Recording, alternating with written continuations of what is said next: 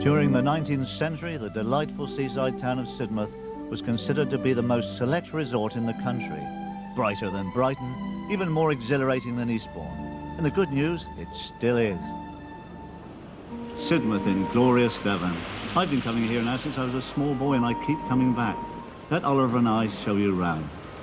Unlike so many other so-called resorts, it's preserved for all time the beauty and joy of a Regency seaside resort, abounding in architectural gems. Dwellings which are known as cottage ornate cottages, which rich city folk built at the seaside as holiday homes. Many of them looking more like mansions than simple cottages. But this attractive seaside resort is no museum piece. It's a lovely, lively town which has thoughtfully hung on to the best features of the past, adapting them where necessary to contemporary needs. With its mild climate, Sidmouth has it all, something for everyone. Just sit on the beach or the esplanade, enjoy land and sea sports, or if that's too energetic for you, take a leisurely stroll looking at Sidmouth's fascinating shops and enjoy the parks with their superb floral displays. Each year, Sidmouth hosts an international folk arts festival, which is the envy of the rest of the world.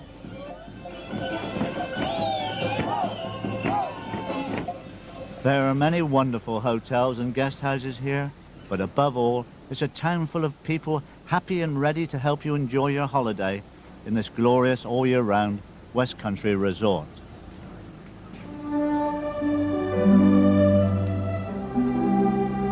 The early morning sun gently wakes the town, bathing it in a golden, benevolent glow.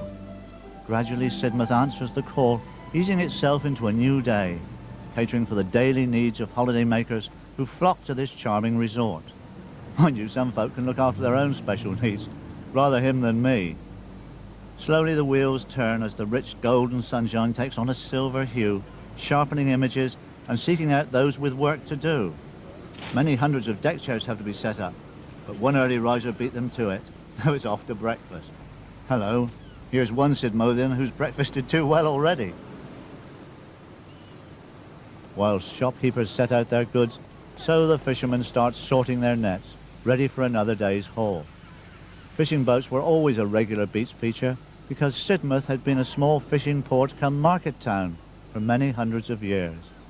It began to prosper when visitors discovered its mild climate and delightful scenery.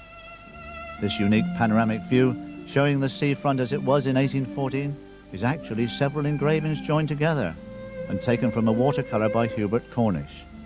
The original is on display at the museum. Many of the buildings seen here are still very much with us today, virtually unspoiled by the passage of time.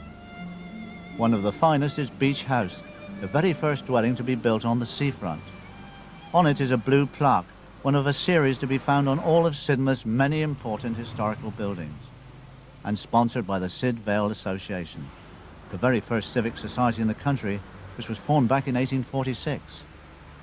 If, for example, you want to know about Woodlands with its molten cake icing eaves, then you'll find details in the admirable Blue Plaques book, which is available in the town, an absolute must for visitor or scholar. The York Hotel, started in 1807, was Sidmouth's first purpose-built hotel. The concept of an hotel where people stayed for a period of time, a holiday really, was a new one in Regency times, folks staying at inns or renting cottages. It's fair to say that it wasn't just the mild climate which was Sidmouth's attraction.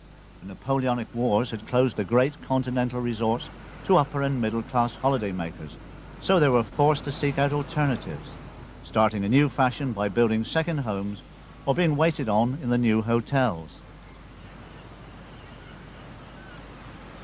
The Bedford started life as a library, became an hotel in 1879, and was one of the first premises in the town to be lit by the newfangled electricity. To cater for the increasing influx of visitors, terraces of lodging houses were built between 1800 and 1820. Most of these survive today as small hotels and self-catering accommodation. The Fortfield Hotel, brick-built, also started life as a private house. Sidmouth really became fashionable when the Duke and Duchess of Kent brought their tiny daughter Victoria to live for a while at Woolbrook Cottage, now the Royal Glen Hotel. Well, this was the princess's bedroom, and it's hardly changed at all in 160 years. Well, I suppose they'd had one or two changes. You know, they changed the sheets and the pillows a couple of times. But it was here that history very nearly changed, because a small boy was outside in the garden firing shots at sparrows. One of them went awry and the shot came through the window and missed the princess by about 3 centimetres. And it wasn't until she was actually 12 years old that she heard she was going to be queen. And when she was told this, she said, "I should be good." As we all know, she was. Yes, that's the double-headed eagle of the Russian royal family. The Grand Duchess Helene of Russia stayed here at Fortfield Terrace. She brought over 100 retainers, including a complete military band. They also lodged in the town. But it wasn't just royalty favouring Sidmouth. Gifted writer Elizabeth Barrett Browning lived for a while here at Cedar Shade. Into Elysian Fields, where we find one of Sidmouth's great architectural gems. Sidhome, formerly Richmond House, is yet another Regency treasure. The great joy is the music room, nearly as big as the rest of the house. Originally intended as a chapel, the Duchess of Buckingham having fallen out with the vicar, it was remodelled when the quarrel was made up.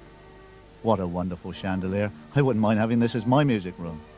I'd probably need the Grand Duchess Helene's band to fill it, though.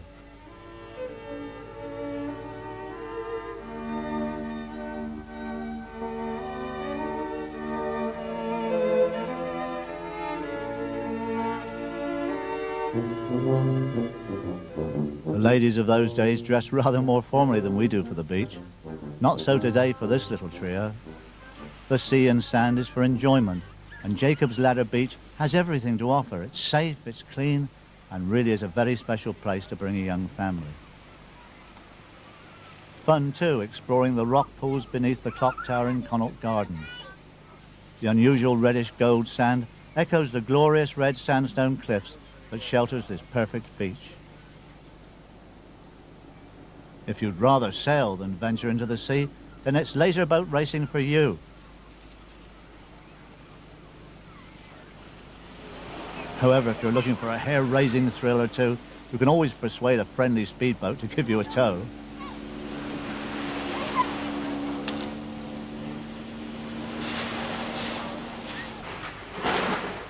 If you're a serious swimmer, although you certainly don't have to be, then take a dip in Sidmouth's superb swimming pool and indulge yourself with a snack afterwards. In Regency times, there were several private baths, some of them seawater. The marine baths were partly housed in what is now the Kingswood Hotel and eventually closed in 1935. This downstairs room, the dining room, is all that remains. In the height of summer, the exterior is bedecked with flowers of every species. No wonder it's won so many prizes for individual displays.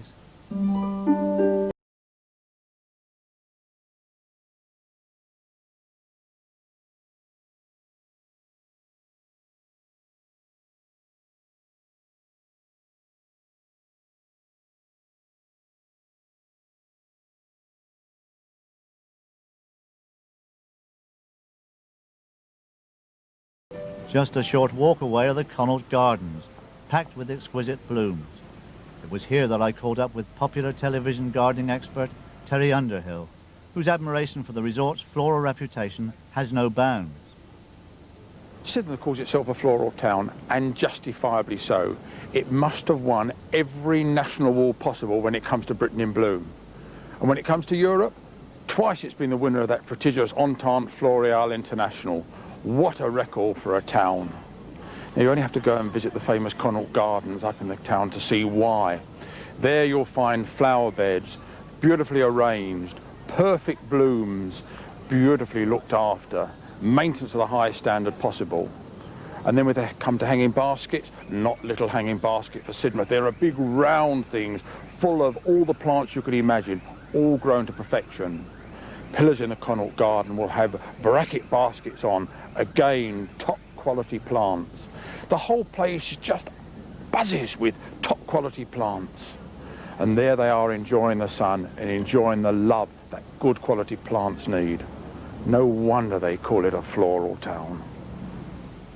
The bandstand might look a bit lonesome, but come the evening, it's bathed in the silvery blue light that precedes every golden sunset.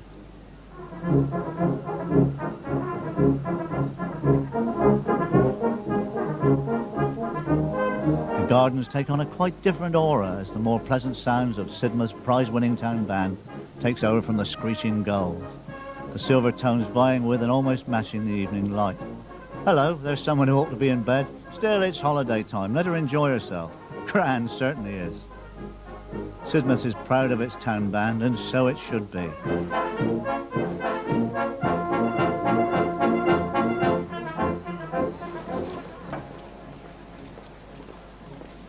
Shopping is pure delight. Whilst many of the shop fronts retain their old world looks, you have to go a long way to match the wonderful Victorian interior of Trumps.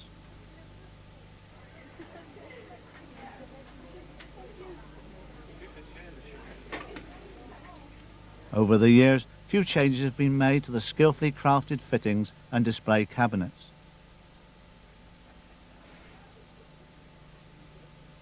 The danger is that if you're not careful, you're so busy appreciating the ambience of the place, you forget whatever it was you came in to buy. And that just about goes for the rest of Sidmouth's shops.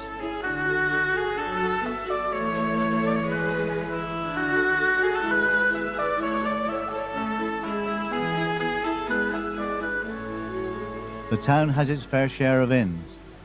These were places where the very earliest visitors stay. The old ship was once used by smugglers, and it's said that escape tunnels led to other parts of the town. So there was plenty of brandy for the parson and baccy for the clerk in those days. Old Fore Street has now been pedestrianised. The lack of vehicles, apart from those making deliveries at certain times of the day, gives one a glimpse of the street before the advent of that mixed 20th century blessing, the motor car. You can, for example, sit outside the Anchor, another ancient hostelry, and refresh yourself in comfort, free from exhaust fumes. Suitably refreshed, why not continue to spend your money or just window shop? There's many more of Sidmouth's delightful shops, quite a few of which are tucked away amidst the labyrinth of narrow